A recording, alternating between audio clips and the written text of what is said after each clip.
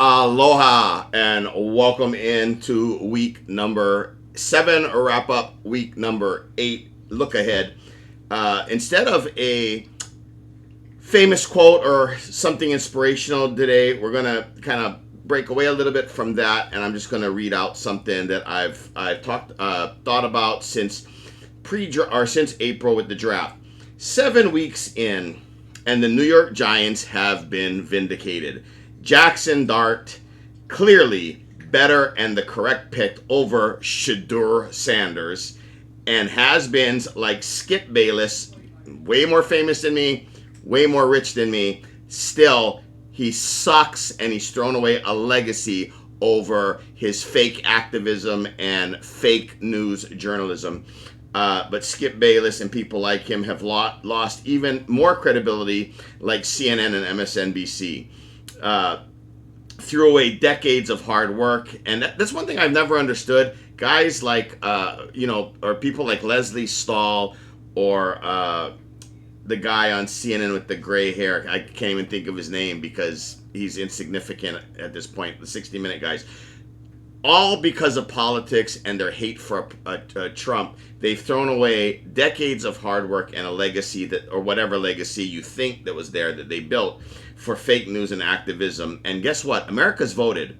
They're over it. They're tired of it. I believe on YouTube the word is fatigue, and the fatigue is not just the word, but it is the attitude of over 70% of America. They're over it, they're tired of it, and it's just sad. Enough. And the NFL, like life, like America, is a meritocracy. Work hard, do good, and your level of success and your rise is authentic. Period. End of story. Thank you very much. All right, so that being said, we'll move on to this week's. I'm sorry, guys. I just had to get that off my chest because in watching what little news I'm forced to watch and stuff, it's just everything is so outrageous nowadays because the truth is the truth. Facts are the facts.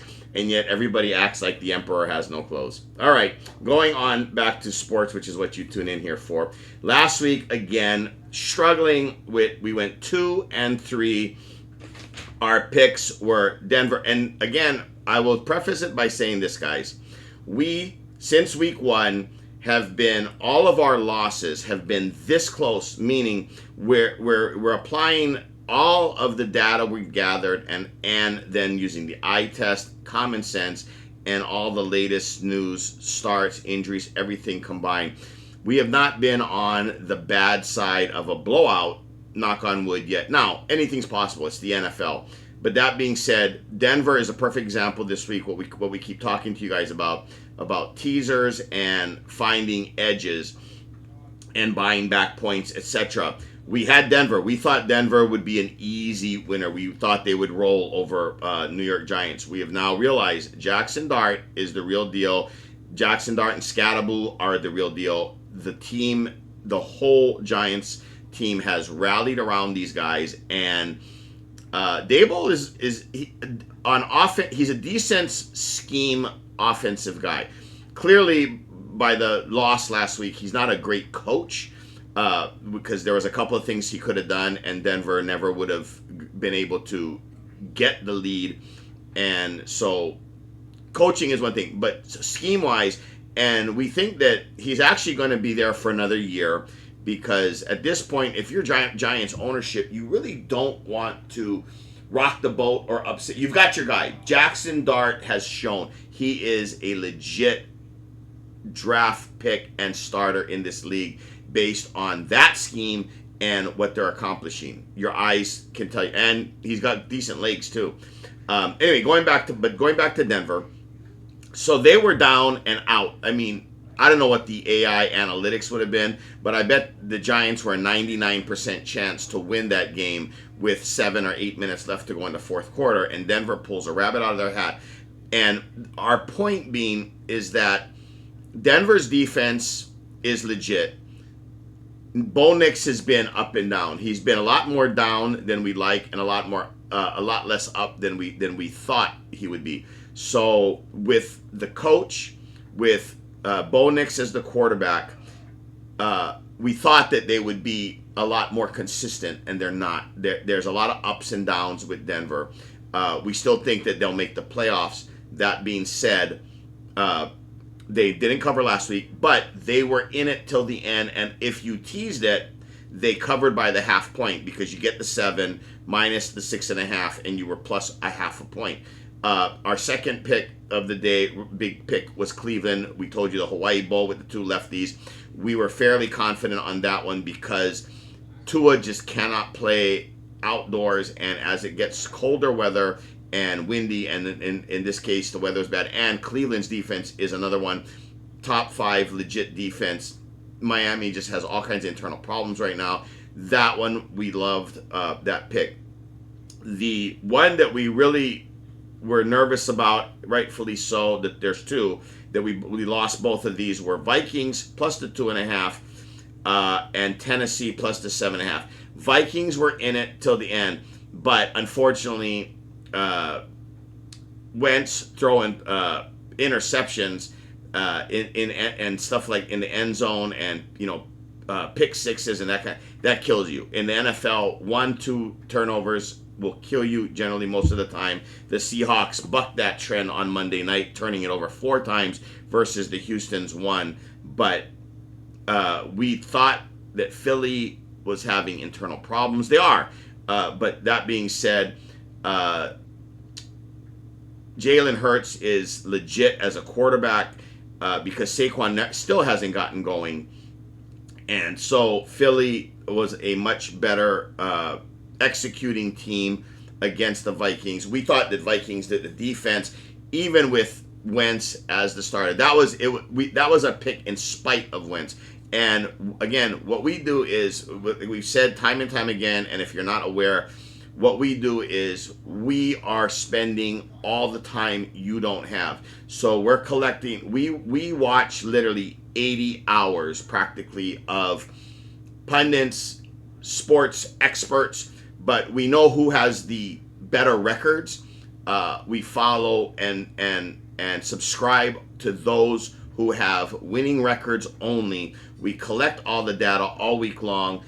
We even tune in to all the different shows that are really good. Like, for instance, I'll give a shout out to Colin Cowherd, or The Herd. And he's gone 4-1 the last 2 weeks on his Blazing 5. So again, there are some things you guys might be listening to that it's duplicating what we're doing. But what we're doing is we're spending 80 hours collecting all this data and then looking at everything, coming out with our best. And our best, of course, as you guys know, we started last week. This past week was our number 1 week of the double bet that we're going to be attempting to do. And if we can get to week 5 or 6, we'll take some profit and then let the rest run.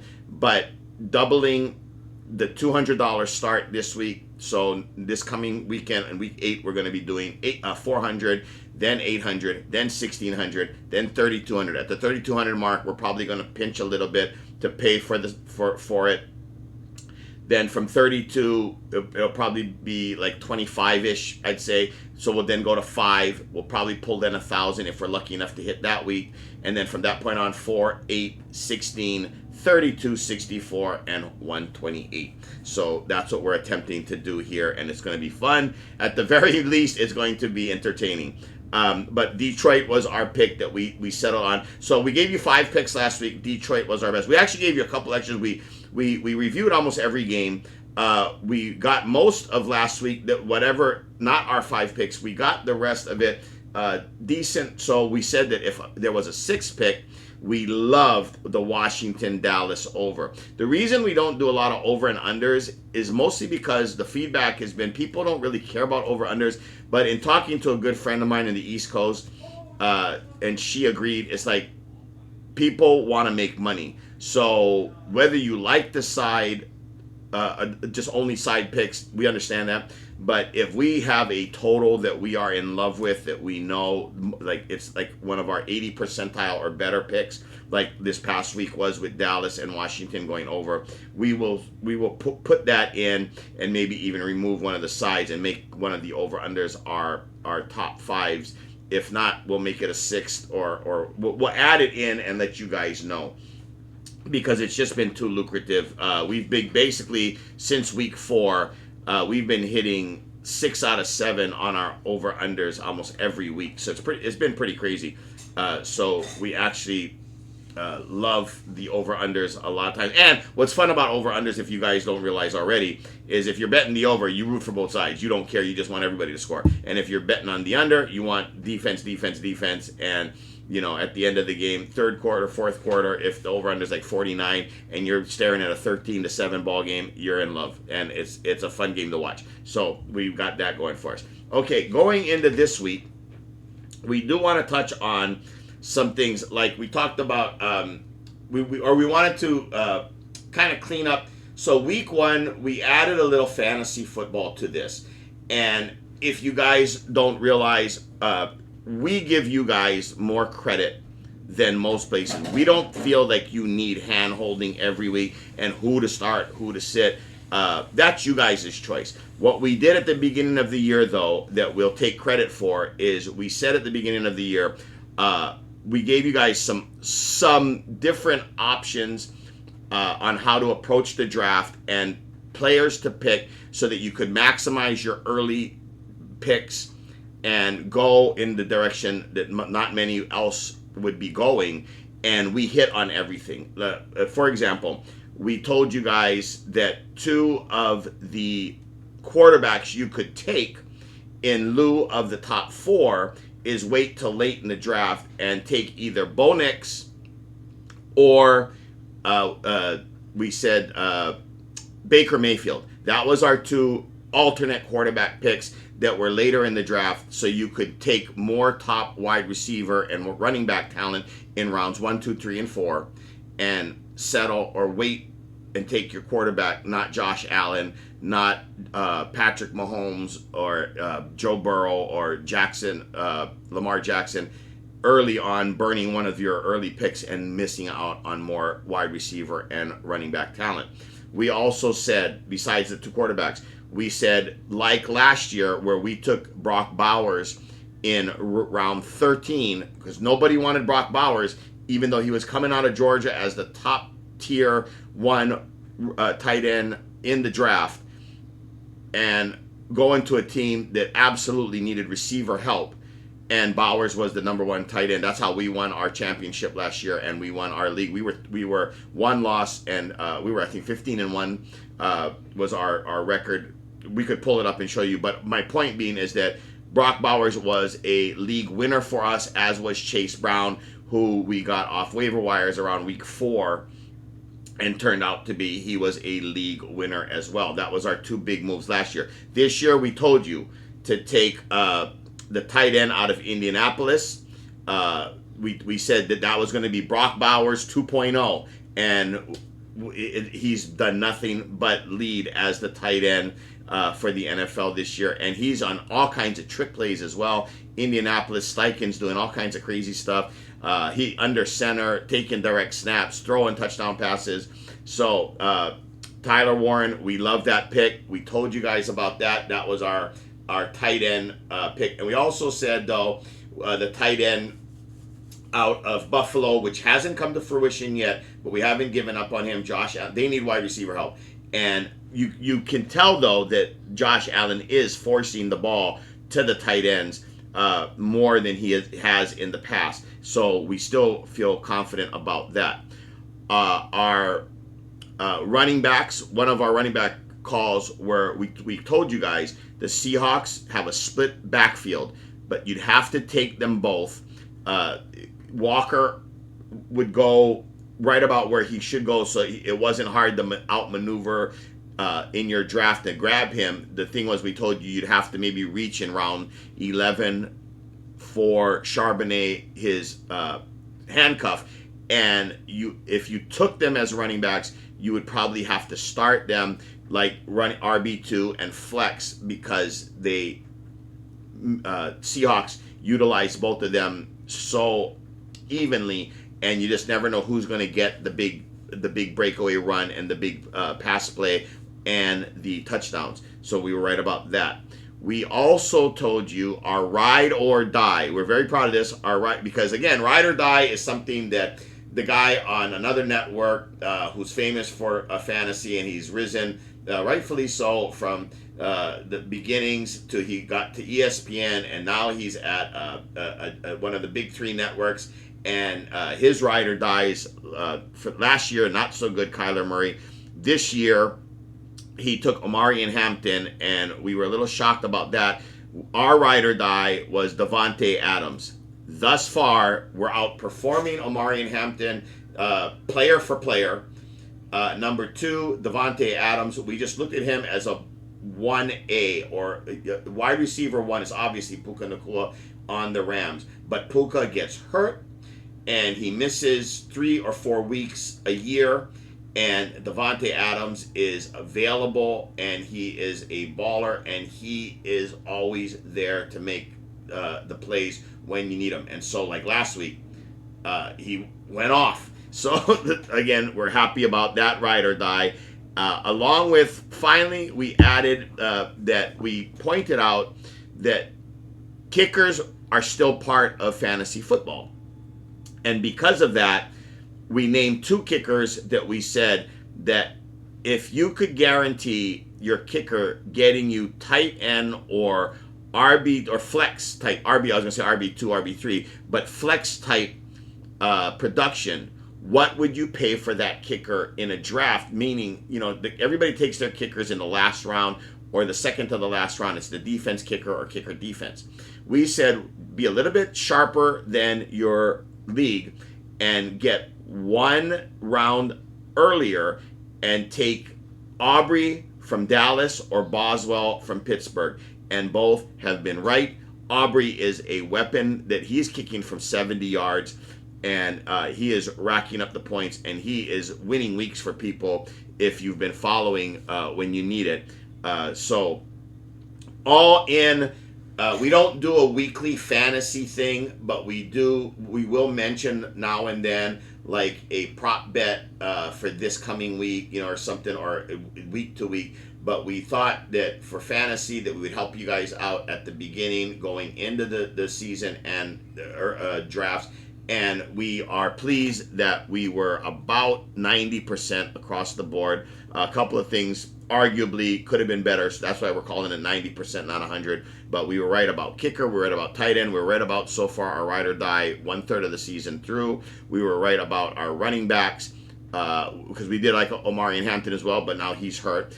We were right on both our quarterback picks, and we pointed out some defenses that would be sleepers like Seattle. And thus far, we have been proven pretty accurate. So we're very happy for you guys there.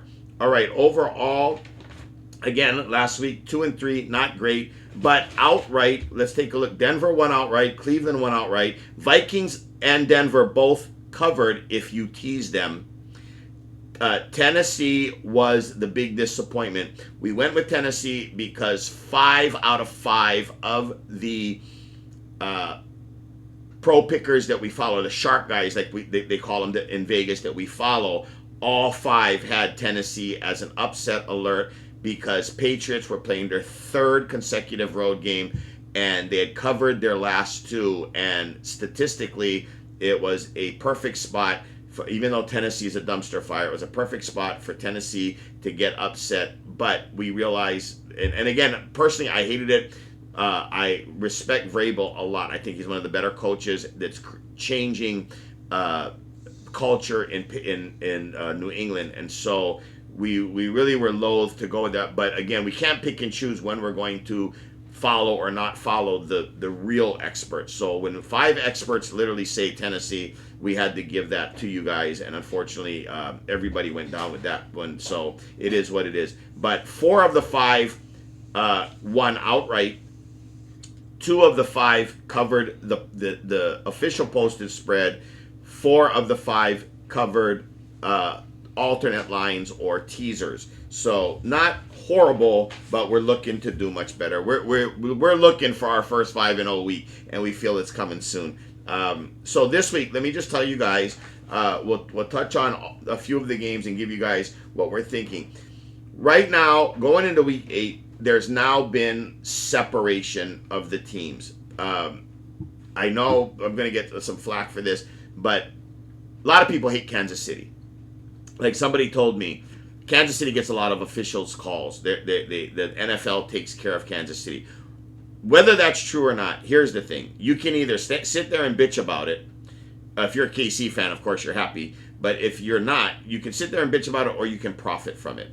And so, with KC, now a third of the season in, and where they're sitting in the record, the Denver Broncos are only one game ahead of them, and they have yet to play. So Kansas City, you could argue, is in the driver's seat. So is Denver. So Denver, Kansas City, and even the Chargers, they're all in control of their own destiny. But Kansas City is looking like a notch above just everybody else in the NFL. And a lot of it's like how the Patriots used to be. Situationally, they're hyper aware. Every player knows their role. They all know the rules. They all know what time it is. They all know in every situation what to do, how much time is left on the clock, what the play is, what is and isn't legal. All these things all come into play, and Kansas City and Andy Reid are just coached better than all the other teams in the league. So we're saying that right now Kansas City, if you put them in a hierarchy or tiers, we would actually have Kansas City at the very top in the AFC.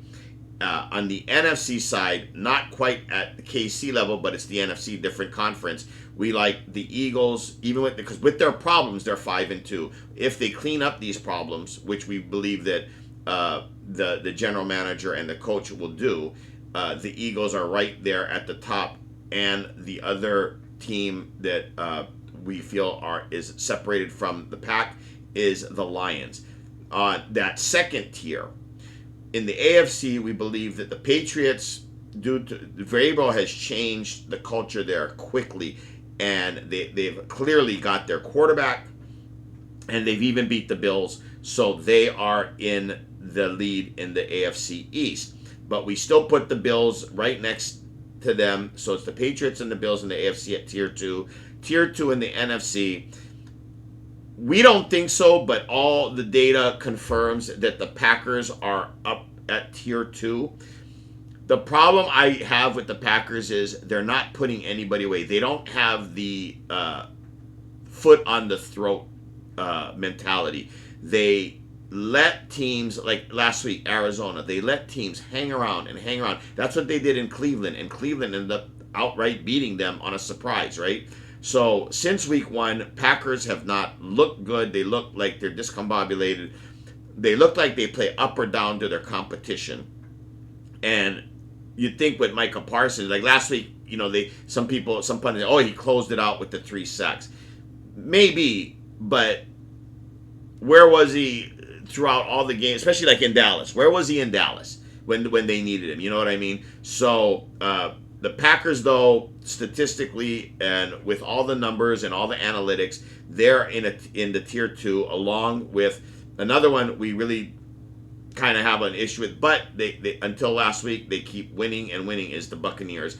And the reason we think that you got to kind of put them there is because their division is so weak as well, that we feel the Buccaneers keep playing the way they're playing. They easily win their division, and like a lot of the pros will tell you, all they're looking for is to get into the tournament, and then it's a one and done. So at that point, it's who gets hot at the right time, right? That's why you don't like your team to peak too early. The next tier, the third tier, Steelers in the AFC, they're kind of there by default with Baltimore's issues and injuries, Cincinnati's injuries, and the Browns being the Browns. The Steelers aren't that great, although they do have the standard and the culture. They have not looked that good, but they're still sitting there by themselves in that division, or in that division leaders, and they're probably going to win that division by default. This weekend, we feel, will tell us a lot about the Steelers, because they're at home. Tomlin, off a loss, especially an embarrassing loss against Cincinnati, is a really high percentage play, and Green Bay is a better above the middle pack or level. So it's a good test for the Steelers, and if this defense that they have would ever actually rise up and play to the level that people expect, and if Rodgers can find some timing, and like he has with DK, and he's got a couple of tight ends that really produced, showed you at the Cincy game, and finally they get their running game going, they could be dangerous. But that being said, for now they're kind of there by default. So we'll find out more after Sunday night's game against Green Bay. In that next tier, for the NFC, the third tier, it's the whole West, and we kind of almost want to, like, the West in both conferences are like the cream of the crop, right? You've got the AFC West, you've got KC, Broncos, and the Chargers, all still contenders. And Broncos and LA Chargers have their issues, but that being said, nobody really wants to have to play them. One. Two, they've got good coaches. And three, they're on the upswing. Even with the Chargers' loss last week, they are on the upswing. So, talking about West, the NFC West, you've got the Niners, the Rams, and the Seahawks all at 5-2, and only the Seahawks and the Rams have played. Seahawks and the Niners have played Week 1, where it was that fluky fumble that allowed Nick Bosa to fall on the loose ball, and Seahawks could easily be 7-0. They've lost 2 games with fluky turnovers late in the game when they were driving and looked like they could score, very easily could score to take the lead and end the game. But that being said, they're not. They're 5-2. But we put them, why we bring that up is that we put them in the NFC. The whole West is in the third tier, the Niners, the Rams, and the Seahawks. Each of them have issues. The 49ers are just plagued with injuries. The Rams have kind of been like the Green Bay Packers in the sense that they've played up and down to their competition. Although we think that last week in the international game against the Jaguars, they kind of made a statement, especially with Puka being out, and they still won 30-something to 7.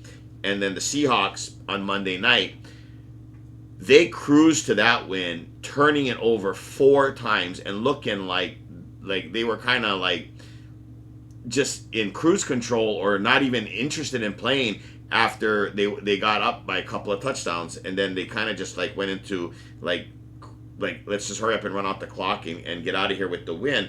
And the game never seemed like it was in jeopardy with the Seahawks defense flying around. And our point to that is they're nowhere near peaking. They've got a lot of things to clean up. Darnold looks good. Njigba looks like he could be a top wide receiver in this league. There's Chase, there's Jefferson, there's Puka, there's Emeka Egbuka for Tampa Bay, but Njigba is right there with them in terms of yardage, catches, touchdowns, and performance. But the LOB 2.0 Seattle defense looks legit. And so we think that if they keep getting better and better and better through the weeks, and they keep building on what they've started there, and the offense keeps learning from their mistakes and getting better, they're going to be a team to contend with. And that's why early on in week 1, we were telling you guys about the Exacta. And one of our tickets that we have multiple tickets. Again, you want to take dark horses. Everybody was calling for Baltimore, Bills, Philly, and Detroit. But if you bet those, you weren't getting any odds on your money, and you were tying up money for a whole 18, 19, 20 weeks and possibly not collecting on that. So you're looking for the long shots that were legitimate contenders but got you a payday at the end. For example, and we'll show you some of these tickets again.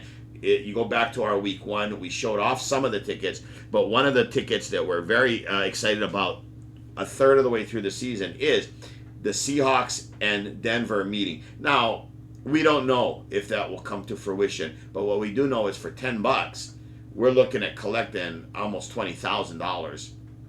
No matter as long as they meet in the playoffs, in the Super Bowl, it wouldn't matter who wins at that point because we took it both ways. But not a bad $10 investment, right? So that's what we were trying to get at early on in week 1, that you could get to those Exactas. And we were also saying, when a team like Kansas City that started out 0-2, that was the time that they went on sale. And then you got way better odds. And if I lived in Vegas, I would have ran to the Circa and I would have bet every possible scenario that I could think of. Kansas City versus the Rams, Kansas City versus Philly, Kansas City versus Seattle, Kansas City versus Tampa Bay. Those are the things that you would want to have bet, because the odds would have been much better than pre-week 1, because KC was a favorite. Anyway, back to our tiers. AFC, there's only one in the tier. We actually should put the Colts right there next to the Steelers, because the Steelers are there by default. The Colts are in that third tier by themselves. They finally had a quality win, because they had beat up their record is undeniable, but they beat up on a lot of bad teams like Tennessee. So it doesn't say much. They should have beat the Rams if it wasn't for that wide receiver costing them 2 touchdowns. One where he dropped the ball running into the end zone, and the other one on a holding call where Jonathan Taylor ran like a 30-yard touchdown run, was called back for the same guy on a holding. That poor wide receiver, as a rookie, he costed the Colts 2 touchdowns or 14 points, or the Rams would have lost to Indy that day. So we didn't really take that into account because it was fluky, but we should have paid more attention to the quality of that win based on last week against the Chargers. But that being said, the Colts are right there in that third tier and climbing. They are still not making mistakes. Their defense is looking better and better, and their offense is legit. Their offense is moving the ball at will. So keep an eye on them, because they have the Jonathan Taylor, one of the best running backs, and Daniel Jones, Danny Dimes. He's carving up defenses, and Steichen is making good decisions and play calls. So he's got that team prepared. So what can you say other than the Colts at this point are legit as you, whether you believe it or not, they seem to be legit. So there it is. In the final bottom tier, and then there's below that, it's everybody we don't mention, but we're talking playoff teams. In the AFC, we see the Broncos and the Chargers kind of fighting for those last spots. And again, as you see, the Broncos 5-2. They're 1 game up on Kansas City, but they've got a lot of stuff to clean up, because their first 3 quarters of every game seem to be where they don't know what they're doing, and then they put it all together in the fourth quarter. It's kind of like you got to look at and penalize them for that, but at the same time, you got to give them credit for that. So it's one of those things. Do I trust them completely? Not really. But at the same time, you can't deny that they're getting it done, right? So, and with the Chargers, there's a lot of injuries on the Chargers, especially on offensive line, their defense. But we feel if they can get everything cleaned up, they can get healthy. And Harbaugh is a legit coach. They're dangerous. On the NFC side, we think that, believe it or not, you guys might laugh at this, but the Vikings and the Bears. The Vikings' problem is purely at quarterback right now. Is JJ for real? Is he going to start? A lot of people don't think he's for real. A lot of people don't think that he's qualified. He might be a quarterback, but he's not a starter in this league. We haven't seen enough to decide yes or no yet. The Vikings' defense is legit. You know Justin Jefferson. You know Addison. They've got the wide receivers. They've got the tight end. They've got a running game, but they need a quarterback. And Wentz is not going to be the guy. We think that before the trade deadline, if they made a move for, say, Kirk Cousins, that might be interesting, because Kirk and KOC are well acquainted with each other, and Kirk in Minnesota was undeniably very productive and very successful. The Bears, defense is coming on, great running game with Swift and Monangai. And Caleb Williams, you can say what you want, but he doesn't throw interceptions. He doesn't turn it over. And that's half the battle when it comes to these quarterbacks, that you don't want them turning the ball over. So if he can get the ball to Odunze, if he can get the ball to, they've got 2 great tight ends. So we just think that they're just dangerous enough, and they've got their coach. So they're almost fully formed there. And the third team on that bottom rung is the Cowboys, because they may have the worst defense in the league, or close to the worst defense in the league, but they have the number 1 offense in the league, and they're scoring at will. and with CD's back now, and so you've got basically two wide receiver ones in Dallas, and Dak's lighting them both up. They've got a solid tight end.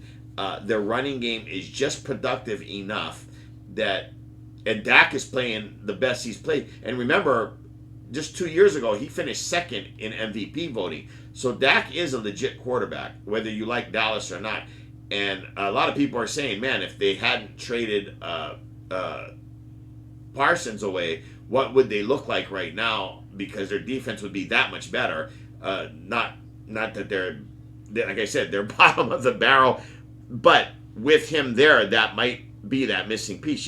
You don't know. So, but we feel that those three teams will be fighting for that last playoff spot. We feel that a couple are going to come out of the West, with the Niners, the Rams, and the Seahawks. We think that two of the three teams, and possibly all three, but at least two of the teams are going to make the NFC side of the playoffs. We think that the Eagles and the Lions, the Packers and the Bucks, and then you've got the whole West, Rams, Seahawks, and 49ers, and then the final spot between the Vikes, Bears, and Cowboys. So, interesting enough, we'll see over the next couple of weeks at where the dust settles. Everybody's on their bye. This Bye-Mageddon is supposedly this week. There's so many teams on bye that the pickings is slim for the betting side of things. So that all being said, that kind of wraps up last week and our look ahead for this week. We'll go over the lines real quick and let you guys know. This Thursday, Minnesota's at the Chargers. Chargers are -3, and right now the over-under is 44.5. Word is out of Baltimore that Lamar Jackson is going to play. The minute we saw the line at 6.5, that is the house or the sports book. That is a Lamar is going to play line at 6.5 and 49.5 against Chicago. We have Patriots at home against the Browns. Patriots are -7. We have Philly in the revenge game against the Giants. This game will tell you a lot about the NFC East. I'll tell you this too: the Giants, man, with Jackson Dart, don't count them out just yet. If you wanted a real long shot, I wouldn't think that they would make the Super Bowl for sure. But to make things interesting for $5 or $10, I'd go and put the Giants and the Patriots on a card, or Giants and Bills now on sale, or Giants and Baltimore would be interesting. You'd probably get some serious odds. $5 would probably get you $12,000 type of deal, and you're already 6 games or 7 games in, which is unusual payout for that. But again, I'm not in Circa, I'm not in Vegas. I couldn't tell you the exact, but that's something I would go and take a look at. Anyway, Philly's up to, in a lot of places, they're -7 and up to 7.5 in some places. Next game is Houston at home against San Francisco. Houston, there's a discrepancy on the line there. There's a lot of places that have Frisco at -1.5, and I've seen some Houstons at -1.5. We'll clean it up on Friday when we post, and we'll let you know what the actual line is that we're using, if we use that game at all, what it is. But right now, be aware that I've seen both, whether it's FanDuel, MGM, the Hard Rock, and some other lines like CBS, Yahoo, and ESPN. But there's lines of giving 1.5 from both sides. Buffalo on the road at Carolina is given 7 and 7.5 in some places. Over under there is 46.5. Sorry, and the San Francisco Houston over under is 41.5. That's probably going to be a low scoring game with both defenses, by the way. San Francisco and Houston, we'll let you guys know if we find out any more on that. Again, Buffalo -7, 7.5 in some places, 46.5 over under in that game. Cincy -6.5. The Bengals are at home playing the dumpster fire Jets. 6.5, 44.5. Right now, I'm telling you, just based on the eye test, I don't know how you don't take Cincy in that game. The one thing we're not sure of yet is if Tyrod Taylor is going to play quarterback for the Jets. That would change our view on this game. If Justin Fields, is going to play quarterback, I love Cincinnati -6.5 at home with Higgins and Chase at the wide receiver, and Brown as well at running back. So I'm waiting to see if Tyrod Taylor is going to be the starter or if it's going to be Justin Fields. Divisional matchup. Be careful of this one, guys. Tampa Bay is minus. Oh, I'm sorry. The Jets, Cincy. I don't know if I mentioned it. 44.5 is the over/under. So Cincy 6.5 and 44.5. Tampa Bay divisional matchup. Tampa Bay on the road. A lot of injuries for Tampa Bay. Brooks is the running back, still not going to play. Mike Evans has gone down, probably out for the season. Egbuka played last week, but he played injured with that hamstring.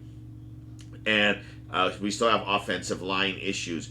So, and Baker was pretty frustrated and pretty off in the game this past week in Detroit. So he looked a little off. So be careful. It's a divisional game. And New Orleans, as much as we hate to admit it, Spencer Rattler's looked decent. He's looked pretty good over the course of the first 7 weeks in running the offense, throwing the ball. So, they're capable, is all I'm saying. And it's a divisional game.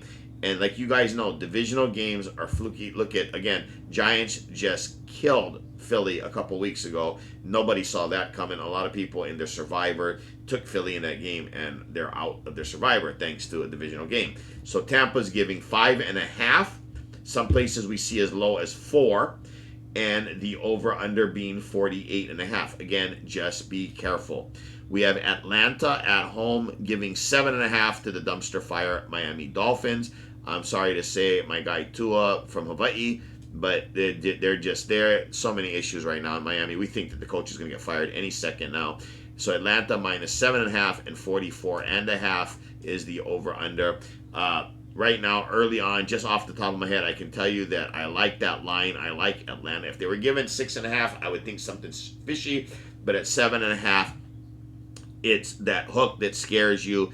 And we honestly think that all things being equal, if Atlanta plays the way they have the past 2 weeks, Miami plays the way they have the past 2 weeks, and Miami's on the road in Atlanta, we think that that is a nice one to take a look at. So keep your eye on Atlanta. If you can get minus 7, when the line is officially across the board 7.5, but if you can get 7 somewhere, Atlanta, we like Atlanta minus the 7, that's for sure. But that's not our pick. We're just giving you early look aheads. Tennessee, another divisional game. Tennessee is another dumpster fire, though. The 3 bottom teams in NFL right now might be Tennessee, the Jets, and Miami. Tennessee is visiting the Colts. Colts are up to, we've seen as low as 12.5. I haven't seen that anywhere in the last day and a half. Early Sunday night, Monday morning, I saw the Colts at 12.5 in a couple of books, but that didn't last long. The solid line across the board, I can see Colts minus 13.5 or 14. I haven't seen 14.5 yet, so there is that. But the Colts minus 14, obviously the way the Colts have been playing and the way Tennessee have been playing, you'd have to think that, but you hate laying that much. 14 is a lot in this league. And so, again, divisional matchup, be careful, but the Colts are minus 14 and 47.5. Next game, Dallas visiting Denver, Mile High. Denver is 3.5, giving 3.5, and the over-under of 50.5. We love the over in this game right now. We'll let you guys know on Friday, but we feel that Dallas's defense can't stop anybody, so it's kind of a get-right game for Denver's offense. And on the flip side, Denver has a pretty decent defense, but they're not going to be able to stop. We don't think Dallas, CeeDee Lamb, and George Pickens. So, and Dak throwing to him, of course. So we think that it'll be a score fest, and it easily goes over the 50.5. But we'll let you know on Friday. The next game is the Sunday night game. Again, I mentioned it earlier. Green Bay minus 3 on the road at Pittsburgh, 45.5. Again, we don't like Pittsburgh, but historically, Tomlin in this spot, coming off of a loss, embarrassed by Cincinnati on national TV Thursday, couple extra days rest, etc., etc. Pittsburgh, it's a good spot for Pittsburgh, but this year, a lot of those old school trends with teams like the old Pittsburgh they're being tested. So just be careful. Again, we'll let you know Friday with a little bit more clarity. Finally, on Monday night, Kansas City, we right now have a -10. I've seen as high as 12, 12 and a half, but I see consistent lines where you can get it -10, and Washington over under 47 and a half. This line opened up at 4.5 until they found out for sure Jalen Daniels wasn't playing, and it jumped to 10, 10 and a half.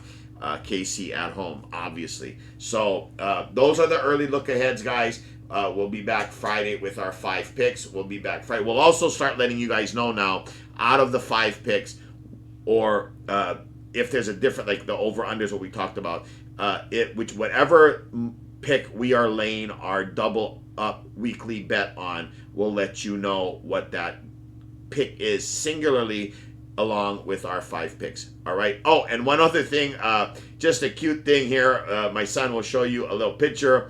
There's a new stat. I want to start with this picture. We found it kind of funny. You'll see the picture now at the end of this here. But it's coaches wearing capris in the NFL are 0-2 against the spread as of last week.